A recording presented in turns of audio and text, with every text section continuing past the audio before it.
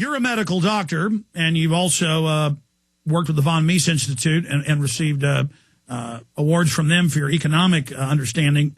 And, of course, this flu situation is economic for the vaccine makers. Government gets to have a power grab. But you've pointed out that Obama won't give the flu shot to his daughters. Now even Time Magazine's reporting the German government military won't take the shot with the squalene or the mercury or the interleukin-2 or any of this. So government's taking one vaccine, the people's getting another.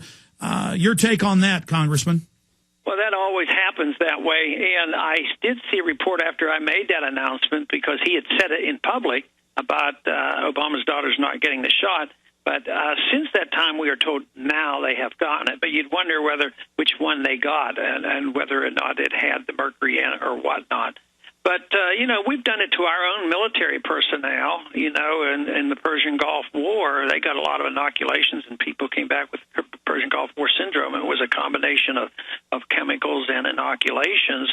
So it's, to me, though, it's a mixed bag because a lot of people don't want it, and they're fighting it, and they know, and they're being forced to take it, and other people get panicked into it, and they'll line up for hours and hours and hours waiting for it as if this was a really, really serious crisis. It's a serious disease, and people do die, but even these few, the numbers of people that have died from it, they're significant, but they're very small compared to regular flu. And many times the individuals, I think over 2/3 of the children that died so far had other serious medical problems. So, but the drumbeat for the fear to build up is, to me, it's all done for that reason, for the people to become more obedient and more dependent on the government. So they're trying to set the precedent for this medical tyranny to force their will on us? I think this is just another attempt. I'm sure there are a bunch of people who believe, well, no, this is very serious. The medical people have told us this, and this is what we have to do. But let's say it was a reasonable thing, to give people shots. I think the real message here is, why should the government be in charge of it? If they're in charge, there's a shortage. The people who don't want it are being forced to take it. The people who want it can't get it. It's costing a lot of money. The other vaccine, the regular flu shots, are not available, and it's on and on. And right now, I saw a chart just a couple of days ago that shows that this individual believed that swine flu is going to peak, within another week or two.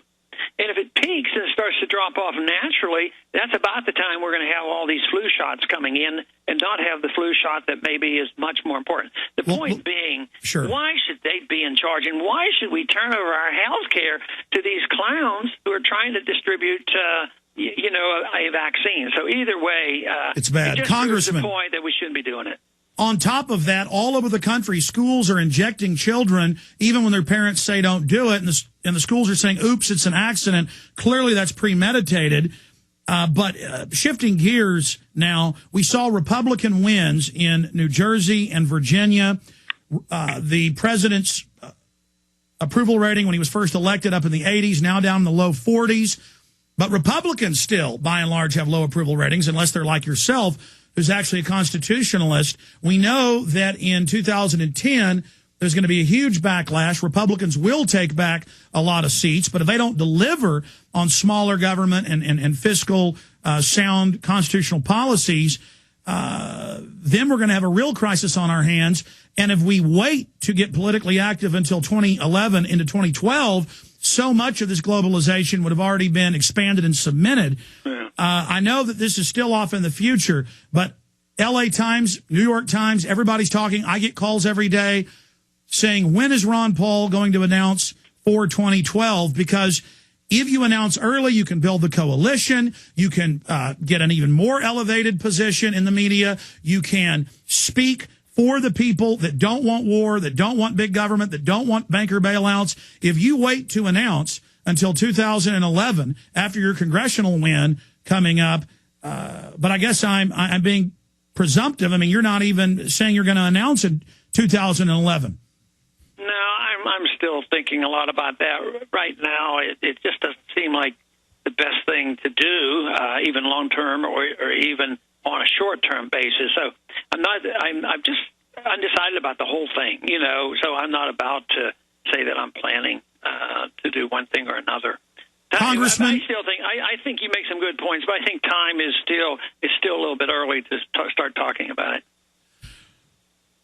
But so much is happening, and if you step up even further, and no one's saying that you haven't done more than anybody else, and start building the coalition now, I really, unless there's massive election fraud, I see no way that you could lose the Republican primary. I mean, how can we allow a rhino, someone who's not really a constitutionalist, like another McCain, another Mitt Romney, to lead conservatives and libertarians down another rat hole? I mean, you are the man for the job, and I don't pretend to understand your political strategy. I know you're much more intelligent and wise than I am and have more experience.